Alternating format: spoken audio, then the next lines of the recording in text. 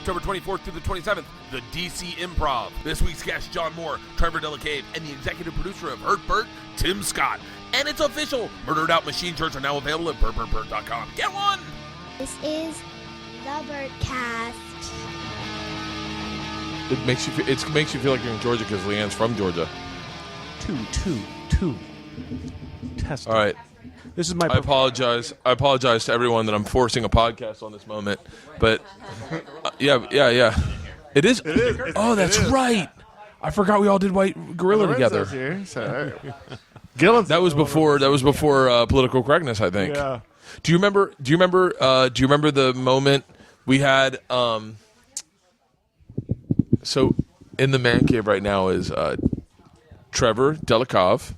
You may remember him from such hit shows as The Soup Investigates. Yeah. Can you please talk into the fucking mic? I didn't. I'm trying to get it so it's Just hold it in your hand like you're a regular human. I can't be bothered to hold it. What are you? There we go. John Moore, executive producer of Joe Schmo, and a new hit show that's about to come out that he can't talk about legally. Well.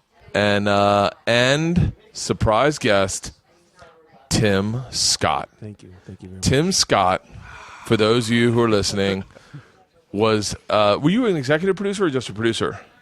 On which show? Seriously? On X show? On Hurt Bert. Oh, on Hurt Bert, executive producer. Yeah. Tim Scott was the executive producer of Hurt Bert. One of them, Mark Cronin, but Mark Cronin kind of let go of it, and it was your show. Yeah.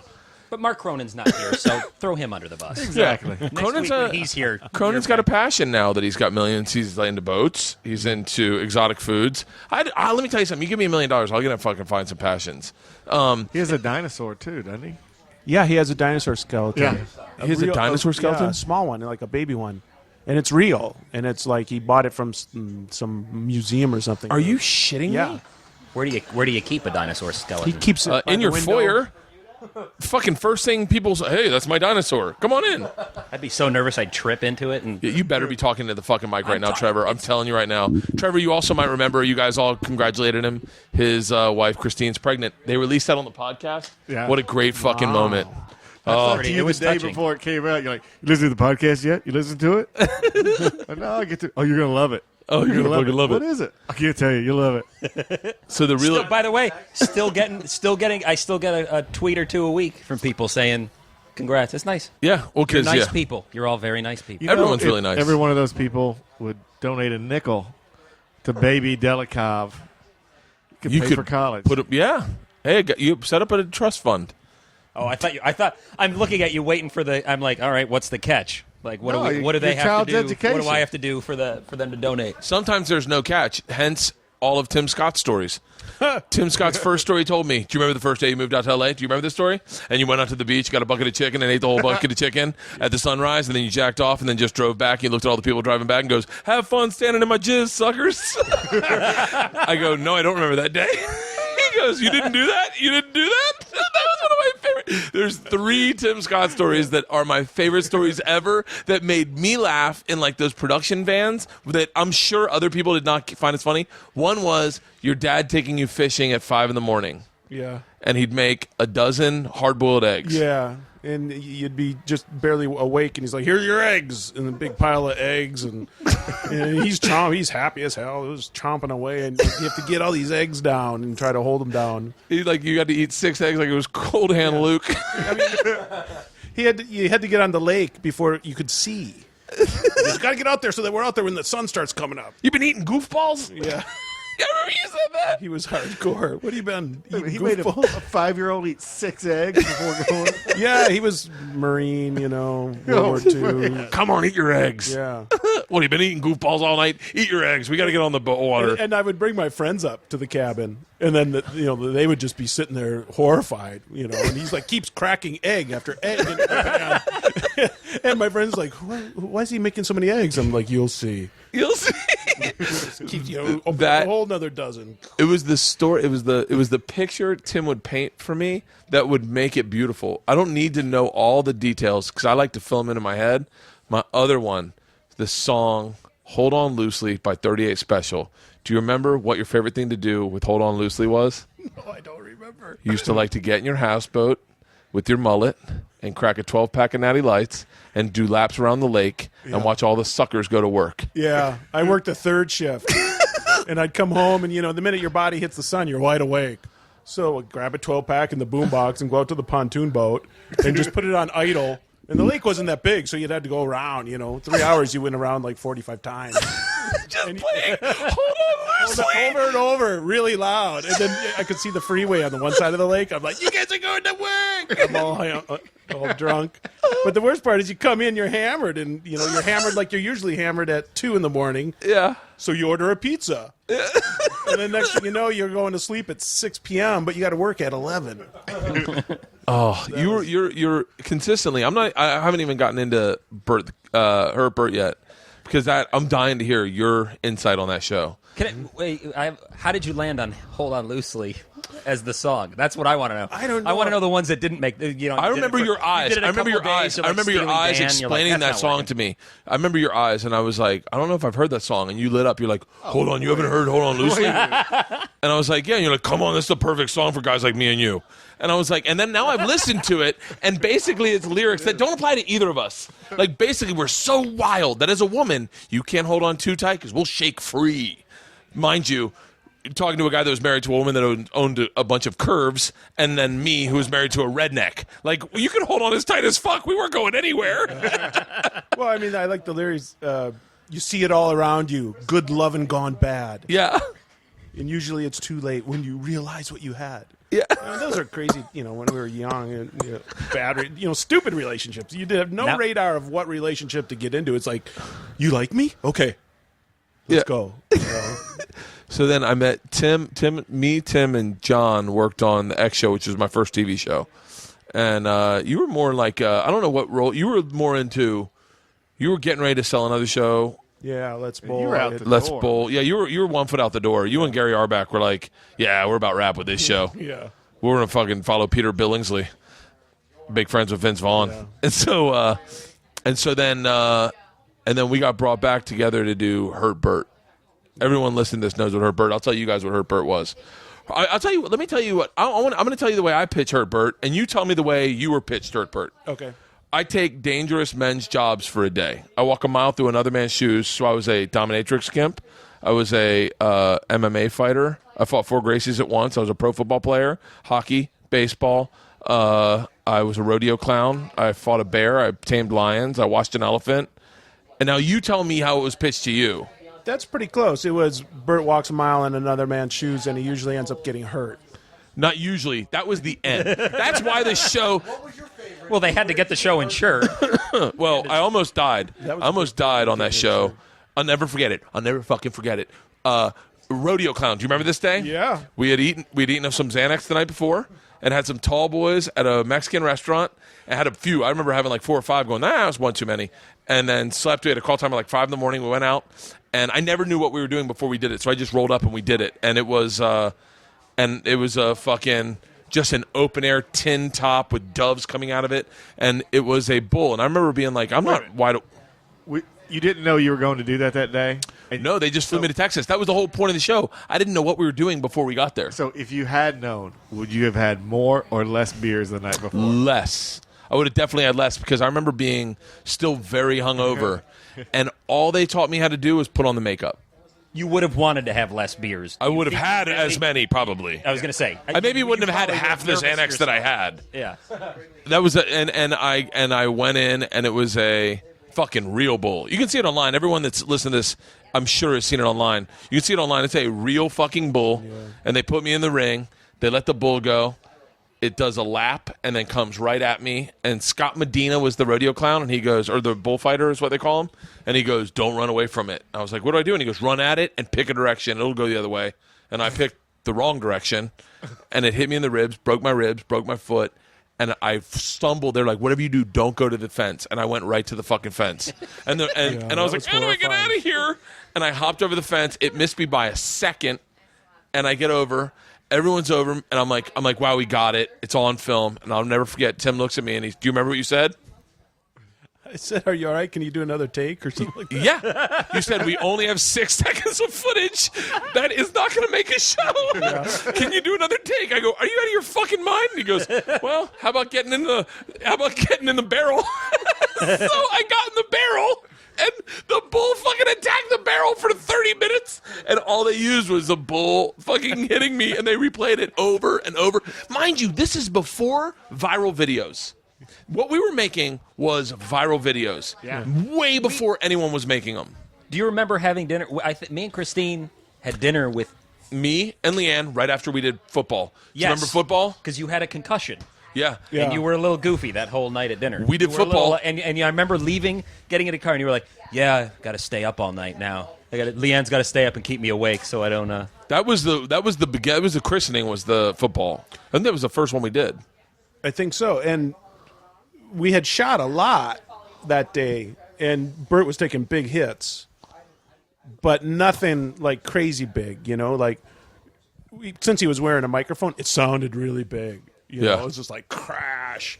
But then we were almost to the end of filming. We got enough. And then at the end, we would sit Bert down and have him just relive the day verbally, so we'd have voiceover to cut to. I remember it was before I'd ever heard what an OTF was. Yeah. And OTF is on the fly interview. video. It's when if you're doing a reality show and they pull you offside and they go, so tell me what you're saying, and then you got to repeat back all their sentences.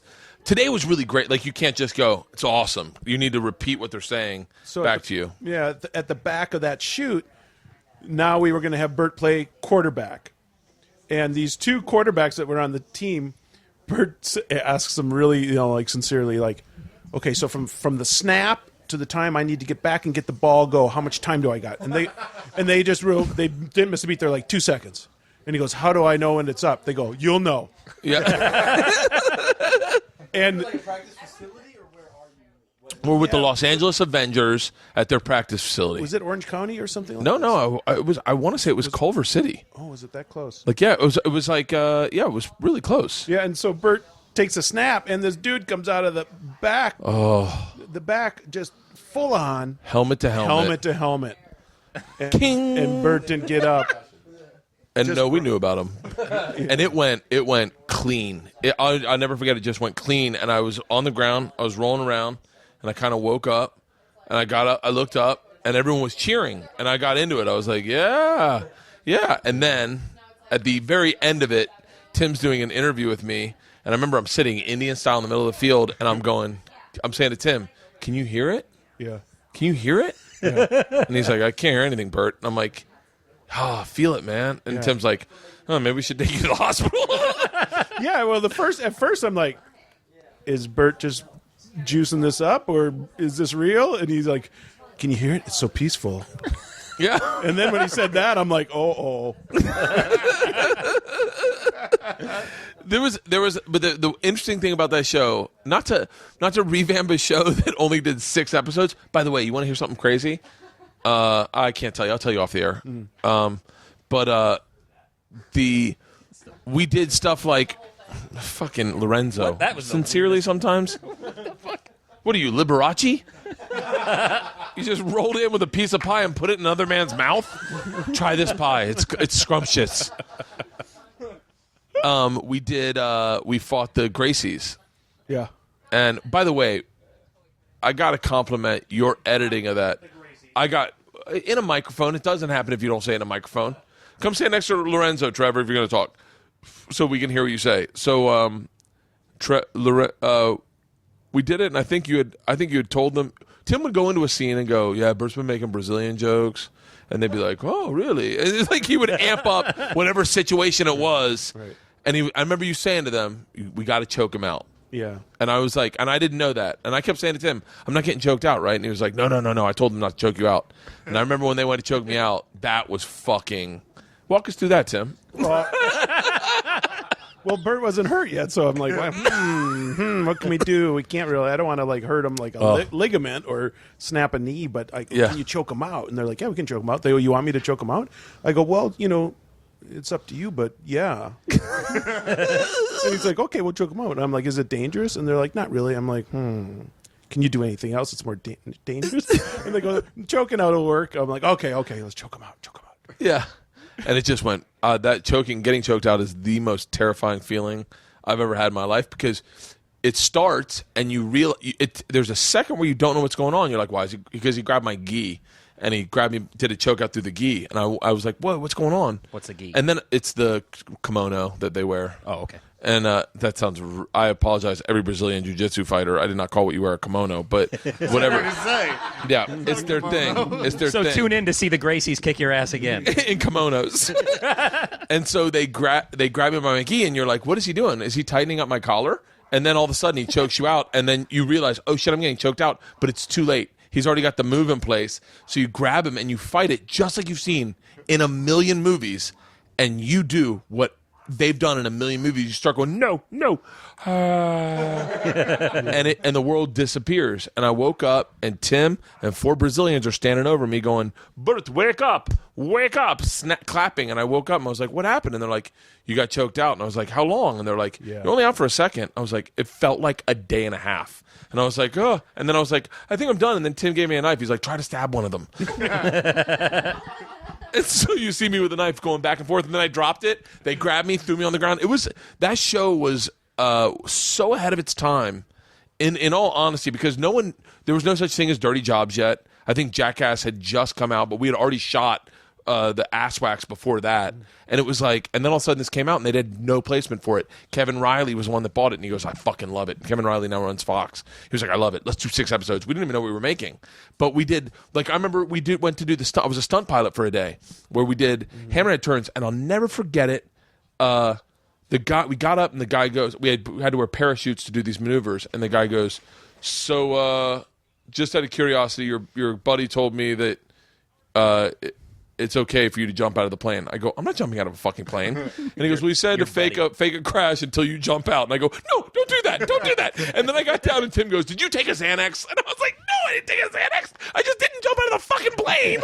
But and I did all the maneuvers. I did the fucking hammerhead rolls, and that show was, so let's get to what is, I shot a porn. Like, what? The Dominatrix Gimp was a porn. I basically shot a porn. I was naked. Yeah. Tell everyone what We found a dominatrix in downtown L.A., and Bert was going to experience like being the gimp. The gimp, and so she answers the door, and she's like, "Wow, hi," and we're like, "We're here to shoot," and she doesn't look like anything special. I didn't even think I'm not. I thought you have dominatrix in your head, and then she goes, "Well, I'm going to go get ready." You go down into the dungeon, and then she comes back, and it's like, oh, mama. She's like, Mistress Isabella was so fucking hot. So crazy hot. Zipper on her crotch. I never saw her before she was dressed up. 6. Right now, right now they're asking on a scale of 1 to 10. And then not dressed up. And then we just started going over the beats of the bit, and like, what can you do to Bert? And she's like, well, we can put stuff up his unit. And hold on. No. Let me walk you through how that worked. I'll never forget it. Throughout his neck, nodding. That's good TV. Yeah. Well, they walked me in. They can do that. They blindfold me in the van outside. I had no idea. I seriously had no idea. I walked in, and I remember it feeling like an old house. I knew we were in downtown LA, and I was like, am I getting jumped into a gang? And then they bring me into a room, and I can feel the heat from the lights. What it was a gynecological table. Yeah, an old one. An old 1930s gynecological table. With instead of stirrups, it was like metal holders underneath. Yeah, it was like hardcore, like you'd see in a fucking horror movie. Yeah. Everything, and they started taking my pants down, and they took my shoes off, took my pants off, took my shirt off, and I'm naked. Then they sit me in this thing, and then they tie me up to it. And I'm like, in my head, I'm like, I can't imagine we're not rolling on this. And I remember thinking, wait a minute, you just let people do that? You didn't know you were yeah, well, no, you got to understand, this is before, John, this is back when you thought you were an actor. Like, you know what I mean? It's hard to explain, but this is when you thought you were making something that was like the beginning of a new frontier for television. Mm. So it's like today you'd never let someone do that. But fucking 15 years ago, you were like, or 12 years ago, you'd be like, what? I don't know. What is this? People were going to Survivor to go to an island, and they didn't know what that was. No, but you were saying you didn't know if they were rolling. Dude, no, I was blindfolded still. I was blindfolded. So you just let them undress you. They undressed me, Marty Hochman was in the room. I'll never forget. Our network exec was in the room. They tied me up, and then they took the blindfold off, and we're shooting all of it, and I'm totally naked. And I'm like, okay. In my head, I'm like, this is technically a porn, but it's for FX. So That doesn't make every meeting with her awkward afterwards. And then they cattle prodded my balls. They put a 5-pound weight on my balls. Yeah. They did candle wax all over me. They did clamps. They started with like nipple clamps, and we were kind of like, the crew was like, yeah, that isn't such great TV. Yeah. And then she got the weights out and started hanging them on his balls. It was a leather strap, like a belt, that went on the top of your scrotum, and then your balls would hold it up. Yeah, and then it would hold it down, and it was like and they would add more and more, and Bert was like squealing pretty good, and that was good. Yeah, and then she it was someone passed got my these beer, little please? whips, a lot of whips, a lot of whipping, and that worked pretty well. But it wasn't until she brings out this ancient like 3-prong fork. What was that? I don't remember this. The high voltage fork. Yes. Yeah, I do remember that. It's got the blue arc between the prongs. And all of a sudden she puts it up on his nipple. And mind you, Bert's been in this chair for hours. He's drenched in sweat. There's a puddle that's like 2 feet wide. Yeah, that's right. Underneath the chair. And she starts zzz on his nipples. And he's screaming. He's like, What's the puddle from? Sweat. Just sweat. I was pouring sweat. I'll never forget, she goes, what would you rather? The next one is either anal speculum, and I went, next. And then she goes, or the sounds. Do you remember that? And I go, I'll take the sounds. And everyone starts like applauding in the back. They're like, yeah. And she goes, all right, he wants the sounds. And you quickly went, no, anal speculum. No, I go, what is the sounds? And then she pulls out a leather briefcase, opens it up, and there's steel rods that are different shapes and sizes. But they're real. But every rod in that leather case was huge. Yes. Like beyond what you'd think it could. Yeah. And so I go, I'll take the sounds. And she goes, great. He wants the sounds. She looked, she had an Asian assistant that was in a latex outfit, like a latex one suit that was, you could see all through. Yeah. And she was like, all right, he wants the sounds, lube him up. I go, whoa, lube him up. I go, where do you put them? And she goes, a real matter of fact, she goes, oh, we put them in your urethra. And I went, huh? And I go, wait, why do you call them the sounds? And she smiles and goes, each one will make you make a different sound. Oh. And I was like, I want the speculum. I got neither. But you know what's crazy? The best part of that whole thing is that you go through it. I've never been to a dominatrix since. And but you got through it. And it was almost like this weird sense of therapy because at the end, you were exhausted. And you were like so... And I remember we were all hanging out in that big room. We were doing like pickup shots. They wrapped me in latex and put oil inside it. And I was like, this is pretty nice. And then... But I was like... I told her, I was like, oh, I totally get why people come to you. Do you remember the dude that climbed out of her dungeon? Like, we're shooting, and then this dude just comes out, bald head, suit and tie, and comes out and goes, see you later, Isabella. And walked out, and we're like, who is that? And she goes, he's been down there for 3 days.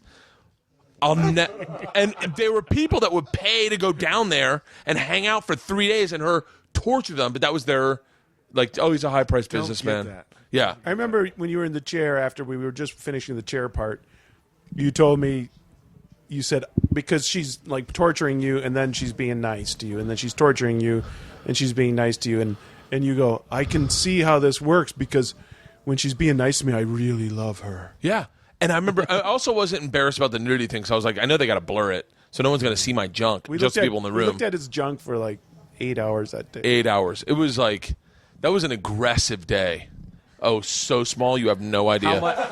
I'll never forget the first thing she said was, "You're a blood cock." Yeah. And I went, "What's that?" Yeah, she the goes, whole crew's like, well, "What's everyone that?" knows that about you. She goes, "You're a blood cock. It means you get bigger when you get hard, but you're not very big." And I went, "Hey, everyone knows that. No one needs to bring it up. I mean, we get it, you know? Yeah. Just walk past it. Don't need to notice how small my dick is." I remember halfway through, I was like, I think I might be cheating on Leanne. I was like, this might be cheating. But that was an aggressive, what? How much weight do you get on your balls? Because I'm thinking anything over a pound would hurt, right? What was it, like 5 pounds? Like 5 pounds, yeah. That just sounds awful. Yeah. It was. I do have big balls. I actually have really Durable big balls. Very durable. They're very long balls now. I remember I asked that dominatrix, who's your clients? And she goes, 99% of my clients are white upper and middle management. Yeah. So And wild. they What is that? they spend all their time being responsible and being in charge, and they just come to me to be completely out of control. Yeah. Wait, what when you think of Hurt Bert, what was your one? What are the few lasting memories where you go, like, I definitely remember that day. Well, I mean, the risk was so high on that show. I remember them all vividly because I was freaking out half the time. I got paid 90% of my salary as a producer and like 10% as a contestant on a game show. So I couldn't sue anybody because I was a contestant, and then I was also I was an executive producer of it, so I couldn't sue myself. So it was like one of those weird. That was back when. Was that? I remember we were in. Do you remember being in the pitch meeting at Fox? And it was like, I want to say there was 18 people in there, and Kevin Riley was in there, and he was reading the list of things, and I couldn't see the list, but I was in the room, and he was like, "He can't do this. He's gonna die." And everyone's like, "No, we talked to a guy who can get him to do it." Yeah. And it was like milking cobras. You wanted me to get bit by a cobra. Do you remember that? Yeah, yeah. And you were like, "No, there's dudes who lived through it." And I was like, "Yeah." We went swimming with great white sharks. We went swimming with sharks out of the cage, and a great white shark showed up. Yeah. And I'll never forget, I got out of the water so fucking fast and they were also making cheeseburgers. I'll Yes. never forget that cheeseburger. One of the best Great for cheeseburgers I've ever had. Yeah, Bert gets on the boat, and then they go, okay, we're going to the cage. Well, the actual shark cages now are made out of PVC tube. Yeah. And Bert's like, where's the cage? I go, it's there. And he goes, that's plastic tubing. I'm not getting in the ocean with plastic tubing. And then we shot, and there was sharks And you were everywhere. like, "No, you're not even getting in the cage, really." So we got in the cage, and then the only point was getting in the cage was a better way to get out of the cage. And so we got out of the cage. Me and John Manley. I ended up shooting John Manley. You shot with John Manley. Yeah. We took that same dude out to do it yeah. again because I trusted him, because we did it and we got out of the water and there were sharks all around us, and he's just moving them off with his hand, and then I'm moving them off with my hand. All of a sudden they just disappear. All the blue sharks go away, and I see a shadow, and I'm like, "What's that?" And he's like, "Oh, get out of the water!" And we all fucking bailed out of the water, and there was a great white shark, the most intense animal I've ever been around. Huge. Okay, hold on. So let's skip forward to fighting the bear. Yeah. Because that's the only thing that did not make it, because we got canceled. We shot it, and then we got canceled after it. Never made air? No, never made air. I don't even know if you guys edited it. We cut it. I would love that. I would love that footage. You was- think Cronin's got it? He should have it, yeah. I'd love to see it. Yeah. So It was I'll scary. tell you the story. I'm going to tell you the story as if I'm on stage, because it's a good story. So I show up. It's like a 9-foot grizzly bear. Grizzly or brown bear? Brown. 9-foot brown. I always say grizzly. So guys, I'm gonna keep saying grizzly on stage. It just runs out of my mouth quicker. So 9-foot grizzly bear, and I remember it was sitting on a park bench. There was a park bench. It was like where all the stage bears hung out. And I remember. I remember there was a bear that was like looked like Shaq. It was like 6 foot tall, and it was just fucking thick. And I was like, "Whoa!" I go, "What's that?" And I remember you go, "Put it back in the cage." That's the baby. And then they brought the dad out, the fucking monster. I won't say his name was Bam Bam or Rocky. Bam Bam. And then it's sitting on a park bench. I remember Tim called me the day before, and he goes, "Hey," because now they had to tell me what we had to do because I almost died. And he goes, "Hey, you want to fight a bear?" I go, "Who does that for a living?" And he's like, "You do on Thursday." So I show up, and it's a 9-foot fucking grizzly bear sitting on a park bench. And I remember I went over, let him smell my hand, and the trainer was like, "What the fuck are you doing?" And everyone's like, "Stop." Gives me 5 marshmallows. And he goes, "When the bear's not looking, take a marshmallow, put it in your mouth, show him the marshmallow, like, huh. And then allow the bear to take it out of your mouth with his mouth. This way he'll learn to trust you." And I was like, "Fuck that." I go, "Whose idea was this? The bears?" And he's like, No. You're going to be fine. This is what we do. And Tim's like, "No, they've been doing it, buddy." I brought Leanne to hang out to impress her. My wife, I brought her out to impress her. So I put a marshmallow in my mouth, and the bear face rapes me. Just tongue in the mouth. I'm just, and everyone's going, four more. So I put 4 more in my mouth. I do all 4. I go, "Fantastic." And they go, "Great, you're ready." I go, "Hold on, I haven't learned anything." He goes, "You've learned the most important lesson. That is, the bear loves marshmallows. So if you get in trouble, very confidently say marshmallow, and we'll know you're in trouble. That'll be your safe word. But the bear will think you're doing your trick, so he'll go, 'Oh, he's doing your marshmallow trick.'" I go, "Yeah, but he thinks they're inside me." He goes, "You'll be fine." So I put the bear, we square up. The bear grabs me by both ears, and it goes silent. And I remember 2 things. I remember thinking his claws are still in his paws. Like, why would they need claws? because he's just a stage bear. And I felt him in the back of my head. I was like, he's got claws. And then I was thinking, I wonder if I'm allergic to bears. I'm like, what if I have an asthma attack and I can't say marshmallow? And he starts ragdolling me, just, "Urgh," and I'm like, marshmallow. But no one can hear me because there's a 9-foot grizzly bear going, "Urgh." He grabs me by the hip. I'll never forget it so brilliantly. I swear to God, one nail went into a belt loop. He spun me doggy style, put me in a bear hug, and starts just like grinding on my ass. And I'm going, marshmallow. The trainer jumps in front and he goes, go limp. I'm like, please be talking to me right now and not the bear. Is there a bear cock climbing on my jeans? So I go limp. The bear sits on my face. Remember that? The bear sat on my face and I passed out. I tell the story a lot more romantic on stage, but regardless, they get the bear off me. I wake up in Tim's lap under a tree. And I look at him and I go, what happened? And Tim, very fucking matter-of-fact Minnesota, goes, well, you got raped and teabagged by a bear. You might want to get tested. But then he goes, and then he looks at me and he goes, you want to tame lions? And they took me into a lion cage. 5 unruly fucking lions directly after that. It was, and then there was. You remember they had that tiger that was in the tiny cage that would not calm down. Just, and you were like, we're trying to get you in the cage with the tiger.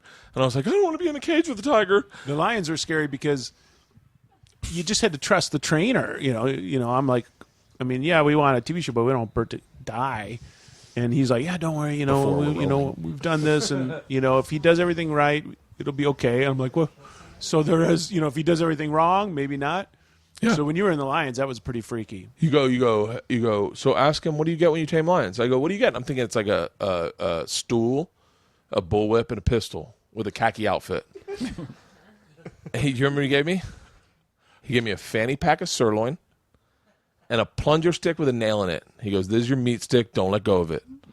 He goes, take meat, put it on the end. The lions will respond to the meat. I go, oh, I bet they fucking will. It's the king of the jungle. I bet they're going to notice the fucking meat strapped around my waist. And he goes, all you got to do is get the first lion to trust you. And he goes, the head lion. And then remember, he calls him out. He goes, Simba! Yeah. And this beautiful, majestic lion comes sprinting, like it looks like the size of a Volkswagen, and just looks at me and like sizes me up, and then goes to the stool in the center. And then he's like, Mufasa! And then this other beautiful lion looks at me, looks at the meat stick, looks at my fanny pack, and I'm like, who's the head of the pack? And then he looks at Simba like, he's got a meat stick, he's got the fanny pack. We know what's going on. And then I'll never forget, he goes, Derek! And I'm like, oh, fuck. And this fucking rescue lion comes out with a fucking toothpick in his mouth, like, oh, shit. And then just fucking went right to the fanny pack and started trying to get the meat out. And I started pulling everything out, the meat, my dick. I was like, help! And then the guy got a phone call, and he was like, I got to take this. I was like, what the fuck? Oh, that was a fucking intense. That was like, I feel like it was like war for me. Does that make sense? Yeah. And then I blew out my knee on a elephant. I watched the elephant. Yeah. And the fucking... Going back to the bear, the scariest thing about that is that Bert he was taught how to get, the bear's going to stand up, and then you get up underneath it, and you kind of like get your forearms up under near its armpits. But what you don't want to do, because the bear wants to hug you around the neck, you don't want to get in the position where if the bear just decides, I'm going to drop down, because the bear is like 700 pounds. So you're going to have like 500 pounds coming right down on your neck. And so the trainers told Bert, don't get in that bent over position. Stay upright and support.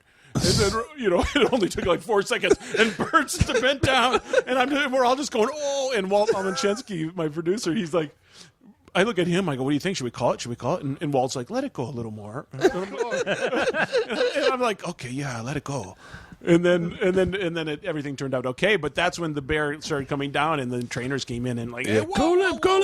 And I'm like, and then I went, that show was, I wish I had all the video, and I wish I had the chops I had now to do that show, because I was just a young comic. I didn't know anything. So we go in, and a lot of it was just me getting hurt, and then just going, I got fucked up there. Did you guys ever shoot anything that went so well that you like nailed it perfectly and didn't get hurt, and you were like, well, fuck, we can't use that? Well, did you ever? Well, we did the when you were exterminator for a day with Kenny.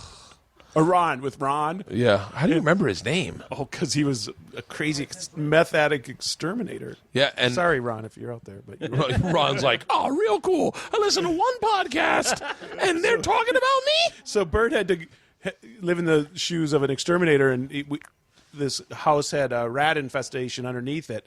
So he had to crawl underneath in the tight quarters of crawling under a house in the hills, and the exterminator's name was Ron, and Ron was just a crazy character. Yeah. And Ron had to, identify a house with rats and then go in and, I'm like, well, I mean, how are we going to get shots of rats? We need rats under there. So let's go around the room and try to guess how they got shots of rats. Is it A, hire the guy from Willard? Hire the guy from Willard, who is a rat handler, put him in the corner and have him put rats on me. B, pray for rats. Or C, whatever. They fucking hired a rat handler to sit under the house and put rats on me. So unbeknownst to me, there are rats fucking everywhere. And I'm like, this is insane. Yeah. There's a fucking rat handler literally going right there, and they're trained rats going, meow. And I was like, this place is covered with fucking rats. And we had a camera on Bert, a helmet camera, and so we see him, crawling. And Ron is at the cubby or the crawl hole. He's going, keep going to the left. And Bert is not happy to be doing this. And he's like, I'm going to the left, Ron. I'm going to the left. And he's like, back deeper. And finally, we're like, we had the rat handler on walkie-talkie, and we know that Bert's getting close. And we're like, rat handler, release the rats. Release the rats. And like, we can't get him. He won't come on radio for a long time. And so we're stalling with Bert, and Bert's crawling around. And I'm under a house thinking about rattlesnakes, thinking about all the shit that could be under a house. Yeah, we thought, did the rat handler get electrocuted by some cable hanging down? Finally, he just let go of the rats. And Bert is in a channel where you can barely move. There's cinder block on each side. It's maybe 3 feet wide. And I'm claustrophobic. Comes, like, 6 big rats coming down. And Bert is screaming. That show has gotten me so much fucking mileage on radio. I've talked about that show so much because if you see the clip of me getting mauled by a bull, you go, oh, holy shit, I want to hear more about this. It's really was a show way before its time. I was a porta potty exterminator or porta potty dude for a day. Honeysucker. And it was honeysucker. Was that what it is? Yep, that's what they're nicknamed. I'll never forget. All they said was, "It's peanut butter. It's peanut butter." You get shit all in your hands, it's peanut butter. And I was like, oh, that's great. Doesn't help when your kid shits her pants. Or when you take your daughter so hard she shits the bed. Doesn't help. Is there one that you've done Here, into the mic. That you really love?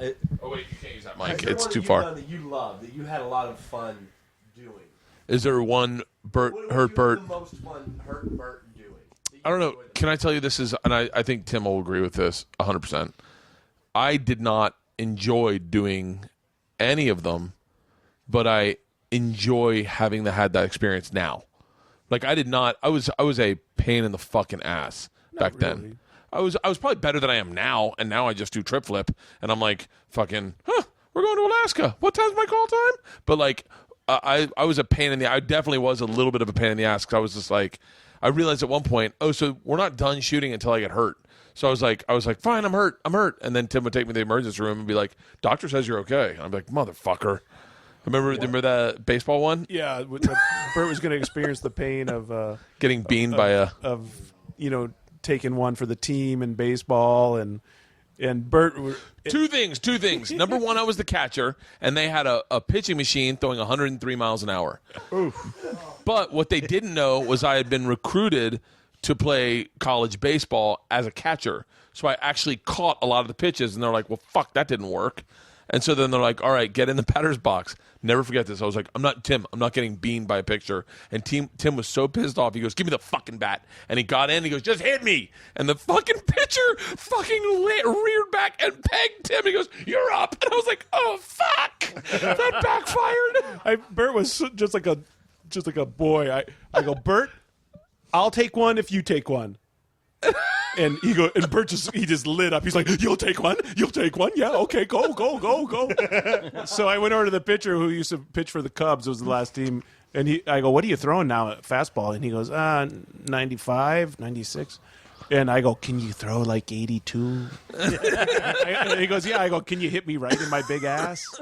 And he goes, yeah. He goes, just lean in and bear your ass towards me. And he goes, I'll hit it. And so I did. And, it hurt so bad. It hurt so bad. And then Bert's just like gleeful, watching me finally be in pain after all these shows. I got hit on the elbow on the funny bone. And it was the one spot where it was like it was so much fucking pain running through my body. I was like, You played baseball. You didn't know you didn't. You know what? I turned my back into it, and it just happened to hit me on the fucking funny bone. Yeah. Oh, way to go, Lorenzo. Yeah, he turned his back into it, and then his elbow was kind of really behind him. Yeah. Got hit, and then Bert just ran around the field like 3 times, just going, Cronin could make some money now just releasing that as a box set for Christmas. Because it was so much. It was like such great. So wait, then now let's get what Hurt Bert's picked up for double the money you're doing trip flip for right now. Would you do it? Pass. Triple the money. I'm doing trip flip for? Yeah. Pass. Hey, you got 2 kids. Think of the kids. No. Wait, me dying or like? No, but the money would be good for them. No, I couldn't. I don't have that. I don't have that in my brain anymore. It was a $20 million insurance policy on you. Was it really? Yeah. You think it would be worth 20 like million. knowing who he is now with his level of fame now, as opposed to then? Would it be more than 20 million or less than 20 million? We have no It insurance. would be more. Really? That was 12, 15 years ago. Now you're more valuable. So wait, now barely. Hey, now let's what? Well, what ideas got like? What ideas got shot down for Hurt Bert? Prostitute. Really? Y'all gonna say this? Where I just sucked a dick? Wait, male or female? Did you like how I automatically went to suck a dick? So just glog, glog, glog. I can't believe it wasn't TV friendly waiting for an AIDS test result. That's not Wait, what else got shot down? Police officer. There was just a lot of things that were just. I did get attacked by a canine dog, though. Yeah, the canine dog was good. That was in the pilot, right? Yeah, I think so. Yeah, that was good. That was fun. They were canine dogs. Yeah. Yeah. A lot of that stuff we've tried to do since on TV, and you can't get clearance.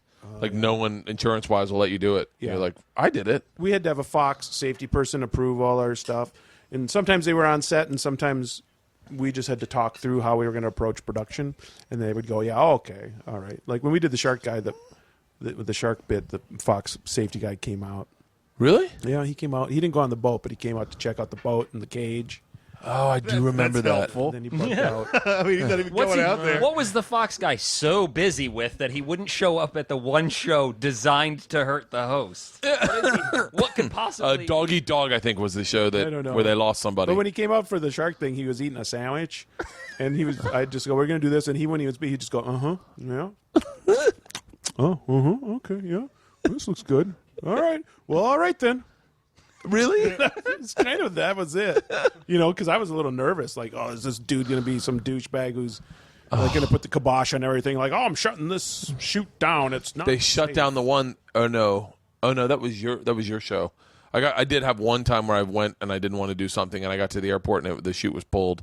It was we were hunting for Fresh Baked video games. Oh yeah. And they got pulled because of guns, and they were like, "No, we don't trust you guys with guns." But I'll say this: when we were in the Bay editing Hurt Bert, it was Paul Tarantino, the editor. Quentin's brother? No relation. But this guy is a comic. I've used him all the time for comedy stuff. He's a really good editor, and we would just get through it, and then he would get this big smile and start giggling and turn to me and he goes, "What if we did it like this?" And then you turn back to the console and type real fast and then preview something. And I would just laugh. It's like, yeah, let's do that. What? Why? I'm doing a podcast. Why? What is it? You what? Let me come out in a little bit. I'll come in I'll come in like 10 minutes, okay? Okay, 2 minutes. So wait. So now can we track the career of Tim Scott? Because this is where it gets really fucking interesting. Freaky. Almost So freak show. I'm going to pitch to you guys Tim Scott the way I pitch it to anyone else. Okay? Yep. Now, you stop me when I'm going off track. And is it weird seeing my kids, by the way? A little bit. It's a little bit. I don't know. I think they're. I don't know. Yeah, it is. Because you knew me as a single dude who was Yeah. just dating Leanne, and now all of a sudden I have a house and a family and Yeah. kids. And the kids are well adjusted, which is kind of freaky. Tell me about it. No, you're well adjusted, George. Saying I'm freaky? No, you're well adjusted. Get out of here. Here, go inside. Go inside. So do you ever remember the show Hurt Bert, Georgia? No, do you know what I'm talking about? That was the executive producer, Tim. Did you ever? You probably don't want to see a lot of that stink show. eye. Here, go hop out. I'm gonna doing a podcast, okay, baby? So here's the trajectory of Tim Scott.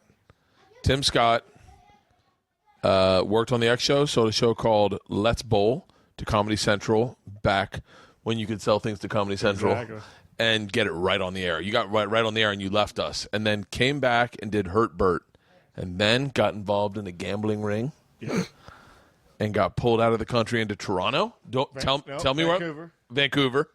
Got pulled out and then ended up in South America. Did you go to South America? Well, no, but we shot in Costa Rica quite a bit. That's right. Yeah. What was the name of that company? Bodog. Bodog.net. Are they still around? Yeah. Tim was Bovada like- now, right? Isn't that what it's called? Like Bovada? Didn't they change their name? I don't know if they changed their name, but I know that they moved all their betting from Costa Rica to an Indian reservation outside of Montreal. How smart is that? Oh my God, that's genius. Costa Rica wasn't safe enough for gamble. Like they had that. It's crazy. It just wasn't. So what were those dudes like at politically Bodog.net? Right. Pardon? What were did you ever hang out with the dudes from Bodog.net? Oh yeah. What were they like? Well, Calvin Ayre is a billionaire. Yeah. And he's a great guy, but he's eccentric and he's got a lot of money and he loves to party. And he just brings like an entourage of like really gorgeous women with him all the time. Really? Yeah. Did you fuck at him? Yeah. And like he's got a great well, I won't go into his story, but like, he's a self-made billionaire and it was all around sports betting. So when I worked there, it was like they cleared, after they paid all the bills, $1 million a day. Wow. Yeah. Isn't that unbelievable? It was a crazy experience. It was like producing television for your crazy uncle. And wait, what were you doing at Bodog? We were producing Bodog Fight, mixed martial arts shows. Shut up. Yeah, because you I remember can't that. you can't in America you can't advertise, hey, come to our betting site. So we produced branded television, and the most that we did was Bodog Fight, mixed martial arts. So we shot in Russia and St. Petersburg. We shot in Moscow. We shot in Costa Rica, New Jersey. It's crazy, and there's just nothing but money. Anything we wanted. I like that New Jersey slips in there. Yeah, New Jersey. Wait, you went to did you go to all these fights? Yeah, all of them. Really? My first fight, because I was a comedy guy, right? And I just kind of stumbled into this job, and they're like, we'll pay you an ungodly amount of money. And I'm like, okay. But I was ringside on my first flight, and I got blood spattered like 6 times. Ugh. Really? Yeah. And I was like, yeah, I don't know if this is my thing, But then I got, But you're partying with billionaires. yeah, it was. What's the craziest billionaire thing you've ever seen? Go back into the house for a second. Hey, go back in the house. We're doing a podcast. I'll be in 2 minutes. I swear to God. What, baby? Isla, come on, Isla, you can't do that to me. Go into the house. Go into the house.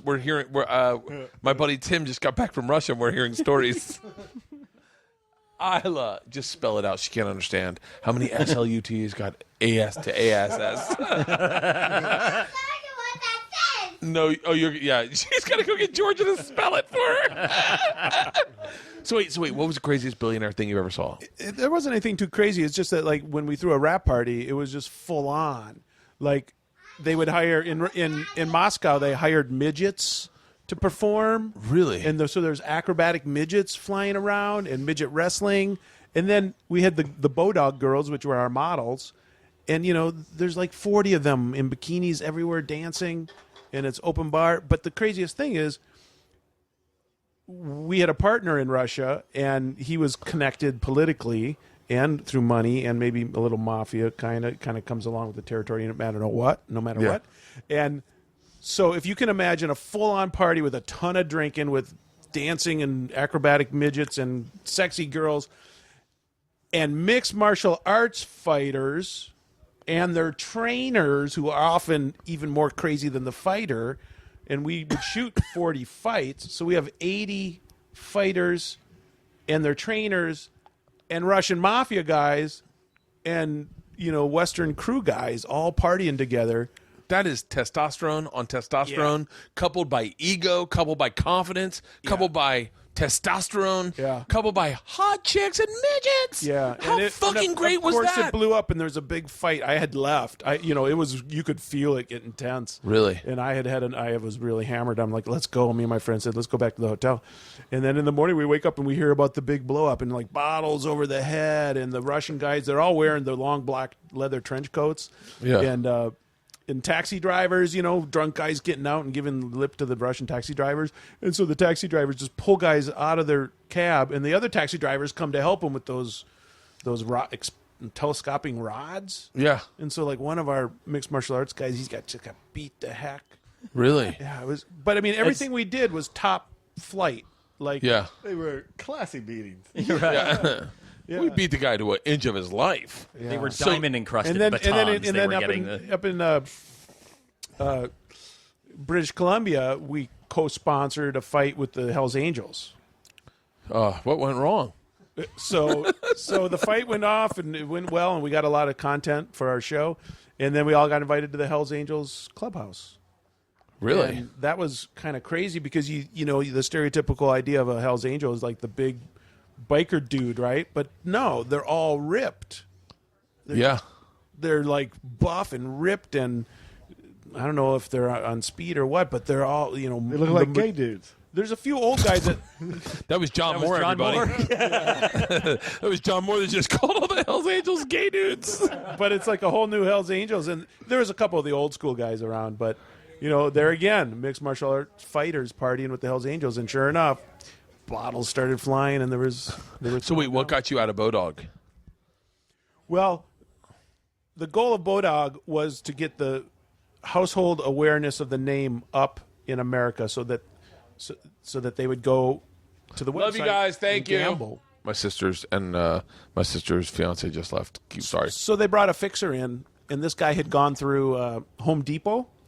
And so he looked at the company, and then he just said, look, when you started this, the awareness per household was in America of your name was only 5%. And now it's up to 42%. And this is a crazy expensive department. In 2 years, I spent $22 million. Wow. Because we just did everything top notch. And the fixer just said, mission accomplished, get rid of this department. So I had to let go of like 130 people. Really? And so then, now back to the Tim Scott story. You get hired by one of the largest companies. No, wait. Let me backtrack. So in this process of Tim working Bodog, bikini models, whatever, Tim gets a divorce. Yeah. And then discovers Indonesia. Yeah. Where guys like us are fucking tens. Yeah. We're rock stars. Seriously. And decides to take a job with Endemol or like one of the biggest Fremantle Media and run their Indonesian leg. And what happens is stories start coming out like underground, the same way that Johnny Appleseed showed up. And we start hearing stories about Tim partying with tens. And you go on and you just see Tim with the hottest chicks in the world looking like, and I got to find that fucking picture of you in that shirt. That is my favorite picture I've ever seen. And so you just picked up and moved to Indonesia. Yeah. Yeah, I went over there, and I had been in Asia many times, so I kind of knew what to expect. But, everybody talks about, like, white guys going over to Asia, and, and there's a lot of stereotypical ideas about guys that go over there. But basically it's the same as anywhere in the world, right? Like, every woman in the world wants a guy with a job. That'd be nice. Yeah.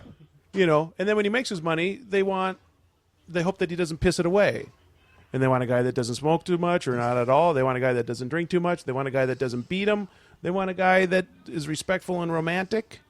And the thing is like when you take a 255-pound chubby man-boobed white guy and with a put flat top and very pasty, with kind of a I just saw a ghost look on his face. and you put him in Asia, Yes. it's just about the market. Yeah. You know, I'm killer in that market. Yeah. You know, I mean, I'm a rock star. I'll never forget we were at the inn, Yay Old Inn. Yay Old Rustic Inn, yeah. Yay Old Rustic, and you told me and John, we met up with you for drinks, and you told me and John about how great you had this look of eyes, like you had in your eyes, like you had discovered gold, and you're like, guys, it's amazing over there. And John and I got in the cab, and John was like, I'm moving. John was like, I'm fucking moving. This sounds like the place for me. It's a 180. It's a complete 180. Like here, you have to chase a woman, and they got the goods and the value. So you're chasing, but there it's reversed. They chase you, Yeah. you know, because you got the power, you got the goods, because you have very high value in comparison to what else they have to choose from. Yeah. And so if you had to over-under your killing spree right when you got there. Oh, goodness gracious. Well, I'll give you an example. When I was living above a mall, there's a Starbucks below. There's like all these restaurants below. Yeah. And I was getting a lot of dates, and I would just have coffee dates. And so they would come, and I'd always make them come to me, you know, Yeah. because you don't want to get out in Jakarta traffic on a coffee date. Yeah. And then you show up, and she doesn't look like her pictures, and Yeah. you spend 2 hours in traffic, and, you know. So I would just have them SMS me when they got there. And then I would just go down. Hold on one second. I'm going to put this on pause because I have the funniest fucking joke in my head. I had to fucking say that. I think she laughed so hard just imagining it. So what you were saying? Well, sometimes they're shy, so you'll walk in and they're there, but they don't want to say anything. Yeah. You know, and I'm like really good. I'm the chubby white guy wearing the blue shirt.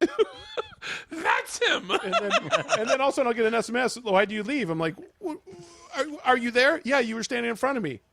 Well, maybe you could have just said hi. But, Yeah. you know, they're just like sit there with a big smile staring at you, you know. So what was your over-under, do you think? I think I had like 40 coffee dates. That on the coffee date, the day of the coffee date, I converted into having sex. Oh. And it sounds kind of Not to us. bad. We're a bunch of you know, dudes Sounds like I'm a sitting here. bad man. All the but girls are That is outside. horrible. But, that you know- just is terrible. and it's just the market. It's just, you know, it's the pressure cooker. Because in Java, in Jakarta, it's predominantly Islam. And on the street is like, oh, you know, they judge each other. Are you good? Are you bad? Are you good? Are you good girl, bad girl? Yeah. And so everything is like, oh no, like, do you drink beer? Oh no, I don't drink beer, Tim. It's haram. Cannot. Yeah. You know, do you have sex? Oh no, I'm still virgin. You know. And then you get them to your apartment after the coffee date, and the door shuts, and the clothes comes off, and they're just starving. Stick a knife in a can. Cannonball! Gagging for it. Yeah. Fuck this burqa, son! Yeah, it's like, you know, they're just starving, you know. So, yeah, it was crazy. And like every time I would just be like, I think I'm going to convert this. I think she wants to have sex with me, Yeah. you know, which never happens over here. And sadly, but every time I was surprised every time, like when it happened, I'm like, it happened again. This is like number 8. Shut up! You know, This house must be haunted! You know, I'm like, oh, that must be it. You know, I just hit a streak. You know, and surely What are they putting in the they're going to coffee say no. downstairs? Yeah, The Starbucks is killing it. I cannot stand up and walk. Can anyone please get me a beer? I would, but my feet hurt too bad to What move. kind do you want? So anything. A I never Budweiser? had that other beer I tried. I never tried that sample beer. Is this it? Yes. So wait. Stella? Stella, what was the beer you made? A Saison? This is Stella, who's here at the party. She brews her own beers. Yeah, I'm going to go rock a full one. Yeah. Do I need a beer opener for it? Yeah, you do. All right. So Tim, So there's a new group added to the Man Cave tonight. Lorenzo, who I've known for a very long time, who's like a brother to me and my wife, took me out to play football with all his weightlifting friends and weightlifting fit club, not CrossFit friends. Zumba? It's Zumba, right? Zumba. And we played a chess club. We played tag football, and I think I ruptured my Achilles. I ruptured my what the fuck did I say? Plantar fasciitis? Yeah, my plantar fasciitis, my heel spur. And so I can't walk right now, and I'm fucking old, and everyone was young, except for me and Lorenzo, and it just was such a fucking moment. But it must be nice to, like, do you just own flag football tournaments in Indonesia? Yeah, it's easy. Because they're like, wait, what is They're very this? scared of you. You tower above them. And The Giants here! and they're- Everybody down! They're deathly afraid of being rude, too. So Are they really? You just tell them, get out of my way, and they're yes, Mr. Tim. I would love to be called Mr. Bert. Wait a minute, don't they call you? Didn't you have them call you Mr. Handsome for a long time? Yeah, I was staying at the. I was checking into a hotel, and they're like, they go. I said, "What's the rate?" And they go, "It's $55." And I said, "I have been told that there is a 30% discount for very handsome men." And the two girls, they just got this wide-eyed, surprised look and like of fear, and then they both left. They went into the back room. And I thought, oh, my stupid joke didn't go over. They didn't get it, and maybe they're scared. And then they come back, and they're smiling. And they're like, we have talked to our manager, and yes, we can give you the handsome man discount. so then I wake up in the next morning to go to the buffet, and they're like, good morning, Mr. Handsome. Are you serious? Yeah, they called me Mr. Handsome for like 18 days straight. I was going to say, you're like, I am never checking out of this fucking hotel. Yeah, it was glorious. I made myself laugh. Every That's morning. right, I'm Mr. Good morning, Handsome. Mr. Handsome. I'm like, I'm That's laughing the every best morning. way to start a day. Oh, fuck yeah. I would have said, I heard there's a fat dick discount. Oh, hey, Mr. Fat Dick. Hey, Johnny Fat Dick. The only reason I'm coughing right now, everyone, I have to say this. Green Mountain Grills sent me a grill, and it was that's why we're here. They sent me a smoker. Everyone's here today because we smoked food on this smoker that was, can everyone kind of chime Delicious. in? Those ribs were Absolutely fantastic. delicious. I put ribs in for 6 hours. Ridiculous. about Tim. Shoot. Wait, hold on one. Let me finish. The nicest guy in the world. I think it's Brett from Green Mountain Grills. I wish I was Not better. nice enough to remember his name. No, He's a it's really just through nice email, guy. and I just sent him to Leanne, and Rogan hooked it up. Whatever.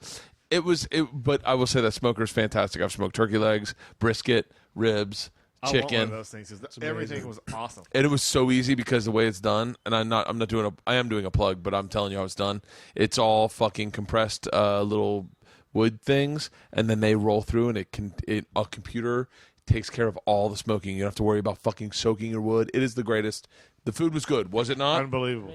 I did absolutely nothing. Truthfully, yes. So, thank you very much. I'm We're going to all mention just this ignoring grill that you said every time we sucking have your one of those. wood. Yeah, suck my wood. So, but thank you. That grill's fucking, that smoker is amazing. What were we going to ask, Lorenzo? It's not that important. Was Tim into Asian chicks before he went over there? Ooh, good question. And if he was it one of the reasons that he went over there because he had a predisposition? Or did his proclivities change once he went there? I've been dying to know this. I hope everyone heard that, but I heard it. Yeah. Good question, Tim. Yeah, was I into Asian chicks before I went over there? No, I wasn't, not at all. Which is completely weird. It's just my best friend got married to a Filipino, and they had to do the Justice of the Peace wedding here. And then so he said, you have to go back. You have to go to the Philippines with me for the big Catholic wedding in the church. Were you into Asian dudes? I was not into Asian chicks. Oh, why not? I mean, Only I know. for computer repair. No. And so I went over to the Philippines and kind of tore up the Philippines, and then it was really, really fun. And then I thought I'll go back, and then after I went back, then I was like, oh yeah, because it's like in social terms, it's 35 years ago in America. People like to say, oh, they're submissive. It's not that they're submissive; it's they're traditional.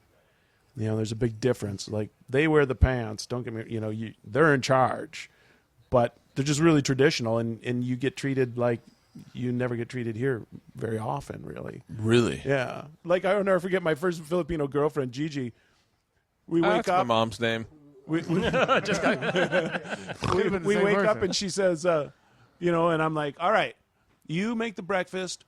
I go, I'm going to go downstairs. I'm going to get coffee, and then I'll come back up. And so I'm ready to go, and she goes, where are you going? Where are you going? And I'm like, what? I'm going to go get coffee. We just talked about this. And she goes, you can't go down with that shirt. And I was just wearing like a dress shirt. And she goes, it's wrinkled. She goes, that's going to be a bad reflection on me. Take your shirt off. She made me take my shirt off, and she ironed my shirt before I went downstairs. I would have been like, you get the coffee, and I'll just sit up here shirtless and wait for it. Shut up. You make breakfast and get coffee. Yeah. So you've been there. How long have you been in Indonesia? 4 years. 4 years? This is Priscilla. She's got a torn ACL. If there's any vets that are fans of my show that want to fix an ACL for free, please let me know. Or fucking 10% off. Jesus Christ, a torn ACL is not cheap. I could buy a car or have a dog. Is there any price difference between fixing a dog's ACL and a human's? Like, would it? There's none, actually. I'm gathering. I don't know why it's doing the same. But you can buy a new dog. Maybe Yeah, you could. Yeah, definitely. You can't really buy a new human. So wait. So how long have you been in Indonesia? 4 years. 4 years. And then are you going to stay? Yeah, I'm going to stay. I'm not done with You got a place in Bali? Yeah, I have a place in Bali. Do you think you'll always have a place in Bali? No. I mean, my next gig is maybe going to be in Cambodia. So I'll go up there for a year and work. Pris, you need to leave, honey. I don't know why Mom sent you out here.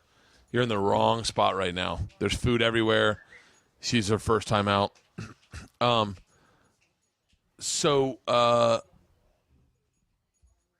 you staying in TV? Wait, what did you do for Fremantle?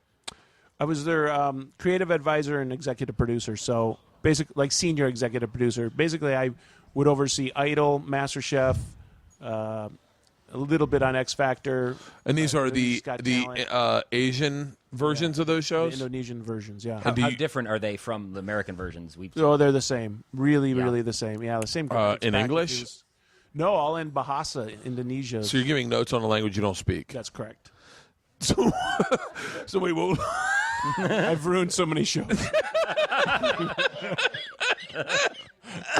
You'd be surprised how much you can produce. The only trouble with producing in Indonesia is, like, our Idol shows, they run for an hour. Yeah. My first time going onto the set of Idol, it was during the end where the shows are live, and I go, "What time does the show start?" They're like 7. I go, "What time is it going to end?" They go, 10:30. Oh, really? I'm like, 3.5 hours?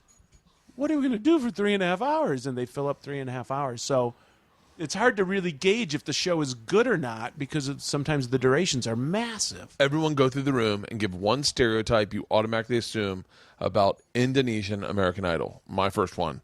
Everyone's got rhinestones all over them. The smell's got to be awful. The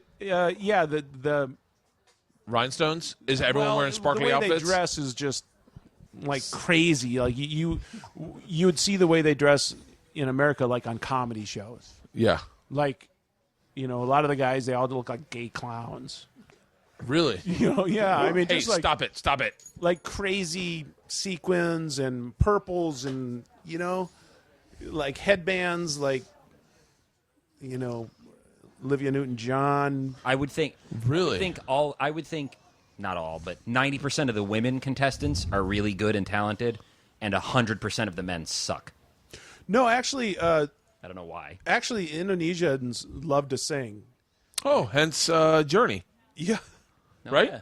Well, No, he's what is he? he's Filipino. Oh, Night Ranger.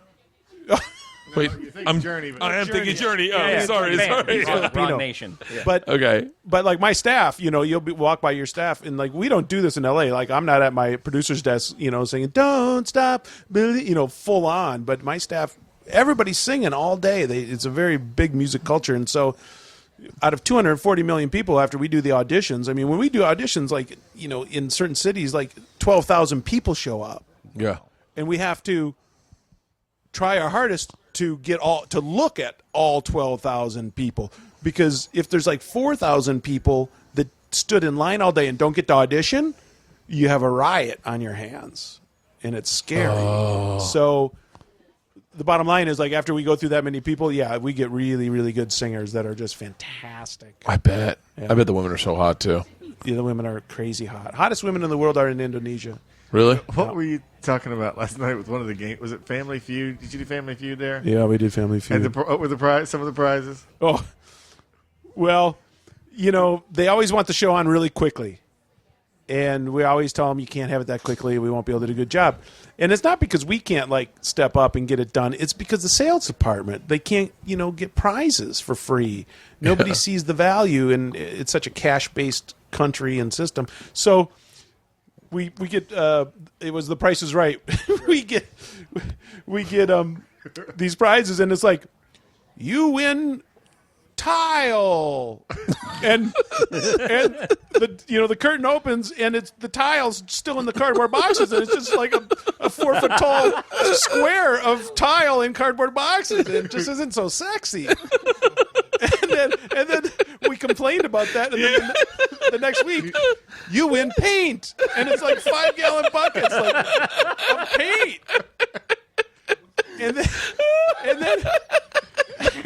I mean, it was Did just you shoot at Home Depot? It was just shocking. It's like that's all they could get, right? It would be even worse if it was just on the walls. You would paint, and it's just a blank room, and they're like, no, the thing on the wall. You would paint and tile, and it's just the floor of the wall. But the only prizes that really get the contestants excited are motorbikes, like 125 Hondas. Yeah, because they can use it, in their daily life. Even when we give away small cars, they're like, I want a car. I wanted the paint. And they're kind of disappointed. And they want, yeah. Do you ride a motorbike around, or do you get a limo every time you go? I have never been on it. Well, there's motorbike taxis. They call them Ojaks. You get on the back with a small Indonesian dude, yeah, and you wrap your arms around him. No, you never do that. Oh, what do you sit both legs on one side? Yeah, I sit sideways with my heels. In my big floppy hat, I have to hold on with one hand. And the women crawling all over you, taking that motorbike taxi to a There's date. one picture that defines every story we've just heard, and I cannot find it online. Where is that picture? I have it somewhere on my laptop. I have it on my laptop. You know what? I have it on my home computer. I screen grabbed it. It made me laugh so fucking hard. I screen grabbed it. I'm wearing the No, don't even. You know what? Nope. I'll tell you what. If you've listened to all this podcast, I will release this podcast and I will post that picture, and you'll get to see what Tim looks like, and you will get a definition of fucking everything. One of my favorite pictures I've ever seen. It's like one of those awkward family photos. It looks like it was posed. Yeah, it's called a barong. Is that what it is? Yeah. What do you think? Is that the shirt, or is that the event you were at? The traditional wedding shirt. So wait, now what's she playing now? Wait, have I left anything out, John? No, I think you've covered it. Trevor, does anyone have any questions for Tim? Ladies, does anyone have any questions? Go ahead, John. You've been not working the last year, right? Yeah, I had a small job at the club. Yeah, I worked in a club in Bali, and realized that I'm really old. I don't like thump music. Did you go to Bali because it's Bali and it's exotic and beachy and all that stuff, or did you? Yeah, Jakarta is just a tough town. Like the traffic is. I'm sorry, did you grow up there? It's Bali. It's Bali. Bali? Yeah. Bali. Let's ask a guy from Jersey. What's it called? But that's Bali. a better. There we That's go. a better pronunciation than my buddy Chosey in Minneapolis, who calls it Bali. Bali. We're going to Bally's? Actually, he calls it. Chris, he goes, get down, honey. Tim's living in the Bali. Come on, Chris. In the Bali. So, girls, do you have any questions you want to ask Tim? I kind of do. Okay, hold on one second. Can someone, Tim, will you pass her your microphone so she can ask you a question?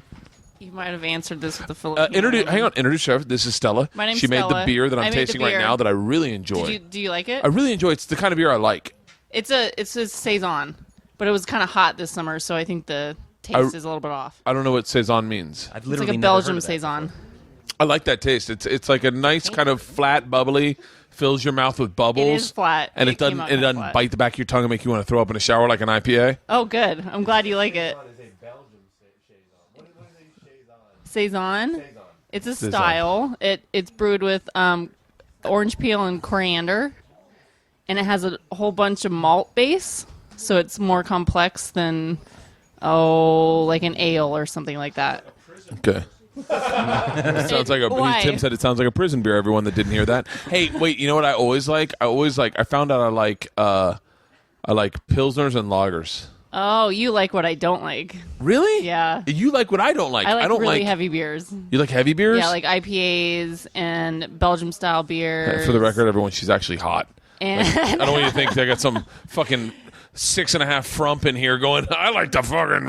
Yeah. Everybody here tonight, last person you would pick to be brewing their own beer. Last person.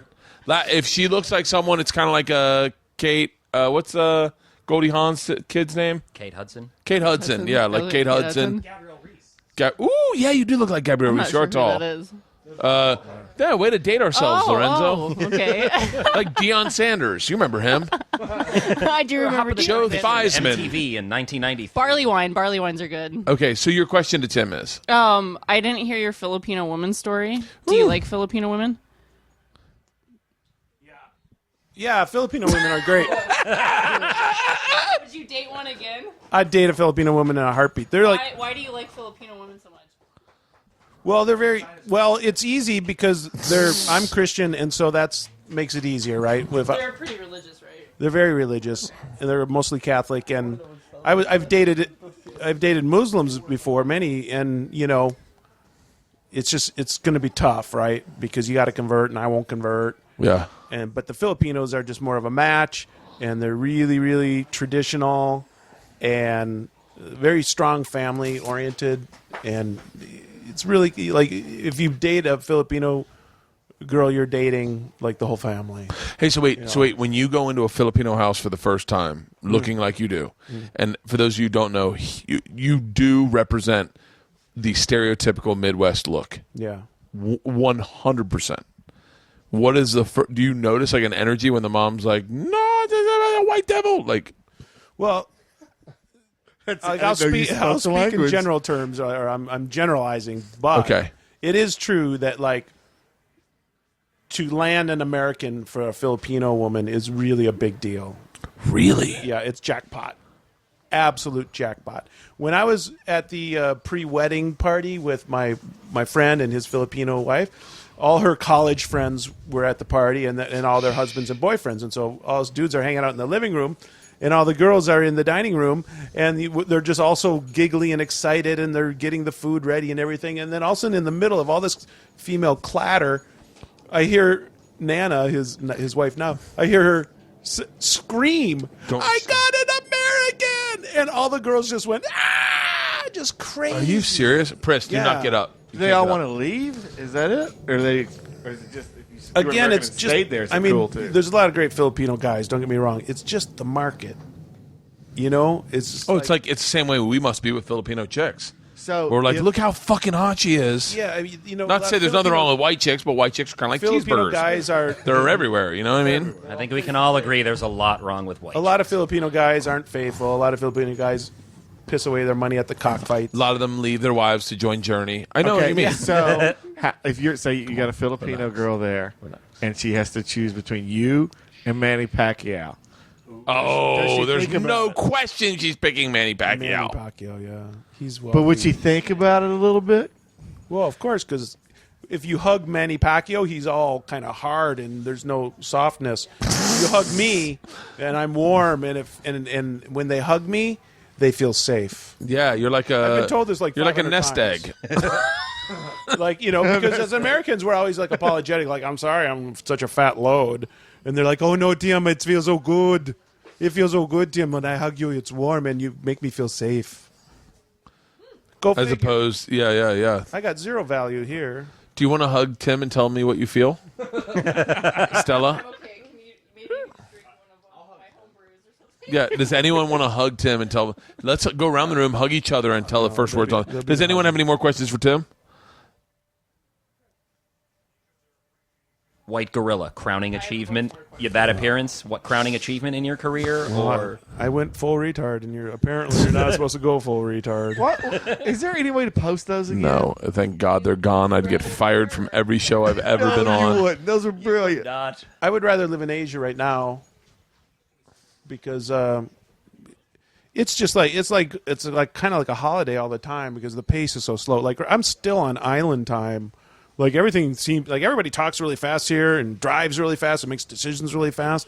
And I've just been on an island with a bunch of Indonesian people and it's very Balinese, Everything's very slow. Like my to-do list is like 2 things every day. Like buy toothpaste. And one other thing, and Did you have to explain to them how to cut your hair? oh, I haven't got a good haircut in Asia at all. Really? Oh, they only do one haircut. They do the faux hawk. The Mo. Really? The little pointy Ed Grimley faux hawk that all the Super Tools used to wear here like 10 years ago. And now that's it. And now that's there. And like, they'll start cutting my hair, and then I'll have to just stop them and just go, no. You say inga is no. It's like inga, inga, inga. How much Indonesian can you speak? Saya bisa hanya sedikit means I can only speak a little bit. I can speak. Yeah. I should know more after 4 years, but, All right. 10 years from now, where will Tim Scott be? Trevor, John, and me. You're not allowed to answer, Tim. Go. Retired in Bali. John? I'm going to say business owner. What would that business Bali. be? I want to say tourism of some sort. That's all Subway. Like setting up parties for tourists when they come to town. When you And by tourists, do you mean bachelor parties? And I think you'll be married, and I think there will be a child in 10 years. Do you see child? I don't know, man. I'm 48. I'm at the crossroads. No, I'm either you getting can fixed last in the next forever. 2 years or I'm having a kid. Wait, why not? Why not have one late? My dad had me when he was 44, and it was good. It was fine. Yeah. But, there was times where I had the old dad. Really? Yeah. Like when he was force feeding eggs down your throat before going fishing right. at 3 a.m. Old Times where I had senile the old dad. But I don't know. I don't know if I got the energy now that Really? I'm older, and I'm selfish. I don't know. And you should have a wife to have a kid too. Yeah, I think so. Girlfriend. What about in 10 years, Tim Scott, club DJ in Indonesia, Never in a million years. whatever the Danger Indonesian word for what is his name? Danger Moose. Danger Moose. The polar bear, and he's. I think you have a brood by now because what you've decided to do is take 10 wives, and you're just having one with everyone so you can get it all done at once and raise them all at once. Hey, Pris, stop it! It's her knee, I think. She's got a bad knee. That's a great way to end the podcast with. Oh, So you're Chris. thinking a lot of kids? I think Tim's gonna have a lot of kids. I think How many wives? I think a few wives. If I do something, I do it all the way. This I is going don't to sound so ignorant. Can you have 4? more than one wife in 4. Indonesia? Is bigamy or polygamy allowed?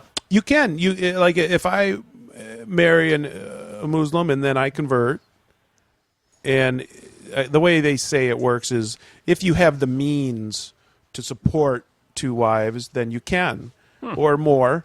But traditionally, the first wife has to agree to it. So Really? if the first wife says no way, then. But I've met many second wives, and they're the most unhappy people in the world. Oh, yeah? Really? So you do see it happen a lot? Yeah, and it's mostly just because the guy's rich and he can provide her a better life. Right. Like I met this one second wife, and I asked her, how often do you see him? And she goes, I see him on Fridays between 1 and 3 o'clock. Oh, how nice would that be? And I'm like, does that mean he just comes over to nail you? And she goes, yeah. That's fucking awesome. I roll in. If I could see my kids more often, I just roll in. I'm like, hey, what's up? This is your 2 hours. Get it all in. And then all the stories, all the fucking notes from the week just piled into 2 hours. And, it'd be fucking perfect. It's like, okay, here we go. So, I got an A. George got a C. Like, just barrel through like you have an assistant to tell you about your life. Just sit there nodding politely. First wife. Then the second wife just is all the fucking fun and ice skating. Yeah, this Hey, first she's wife trying to get usually your is the attention. baby maker.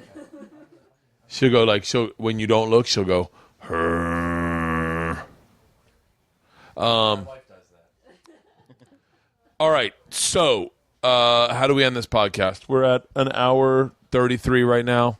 Well, why don't we Hour predict 23. what Trevor's going to be in 10 years and what you're going to be in 10 years? I'm going to be very wealthy. Trevor will be probably working for me. So will you. Tim will be running my Asian leg of my company. You said that to be insulting, and I was like, "Oh, good, Okay, yeah, that's fine. I'm happy to be Okay working. with that. I'm happy to be working." Dude, if I'm still in this man cave in 10 years, I'll be a happy dude still. I don't give two shits. Priscilla will have a new knee. Georgia and Isla will be in their teens. They'll be getting ahead, ready to get off to college. Ready for me to bum you out? 10 years from now, Priscilla's gone. Oh, shit. Priscilla will be I just dead. made it real. Yeah, Priscilla will be dead. Mona will still be around. The fucking Tank. shit dog. She's a tank. You've got to enjoy everything. Yeah. John will have absolutely no hair by then. Oh, dude. Plugs. You don't think they're going to fix that in plug. 10 years? There'll be appeals. Come on. Hopefully. There's got to be. That will definitely be cured in 10 years. Lorenzo will still be going to CrossFit. Except he'll be the dude that's like he'll be the guy. Remember the black dude that used to work at the YMCA, the boxing guy that used to drive you fucking nuts. Like, you're doing it wrong. You're like, fuck you. I'm just trying to work out. I don't want to fight anyone, man. That'll be Lorenzo. I was like, fucking leave me alone. I'm gonna have to fight this guy because he won't leave me alone about my form. That'll be Lorenzo. We'll get a call from Tim in the middle of the night. Get a flight to Indonesia. I killed a chick. Oh, no. Pris, stop growling. All right. Thank you very much, Tim. It was good seeing you again. Fun. Man. It was really Come good visit. seeing you again. You got to come visit. I got the room. Yeah, I'm not going to come visit as long as I'm married. Oh, yeah, Fucking, actually, because that's I a good will idea. play up Mr. Handsome 10 times. You want to talk about a guy trying to catch something in Indonesia? That's me. They call me the honeypot. I just roll through. God damn, I can't imagine that. When they don't call you Mr. Handsome, you're just losing your shit going, my friend Tim said you'd call me Mr. fucking Handsome. Yeah. Tim They pulls love me you, aside. Bert. Hey, man, you cannot hit them. Like, and I'm like, why not, man? Why not? No, you can't. You said everyone was cool with that. Not even if they You don't got call to me pay Mr. him if Handsome? you're hitting them. Yeah, you got. This podcast just turned dark. They would love you, though. They would absolutely Really? love you. Oh, yeah. Because if there's a saying, if one Indonesian knows something, they all know it. The minute one meets you, it would just like spread like Oh, wildfire. there They'd goes be the little dick rumors. Have Have you seen Mr. Handsome Little Dick? Seriously, the motorbikes would be rolling in from the village into town just to see you. Well, I appreciate, man. It's good seeing you, Tim. Good to see you. It's You're doing well. I'm doing okay. I got a dog that won't stop growling. You got a lovely family. I got a fucking blown out heel spur, dog with a bad ACL, a cat with a missing toe, 2 kids. We lost a fish today. Oh, you Fucking lost a bad fish. day, man. Yeah, we lost a fish. That's always tough. Maybe Yeah. we should end this with Hey, stop it. Tim singing his favorite Indonesian folk song to us. Yeah. Just hold on loosely. Don't let it go. I love you guys. Thank you very much, Tim. Thank you. You're welcome.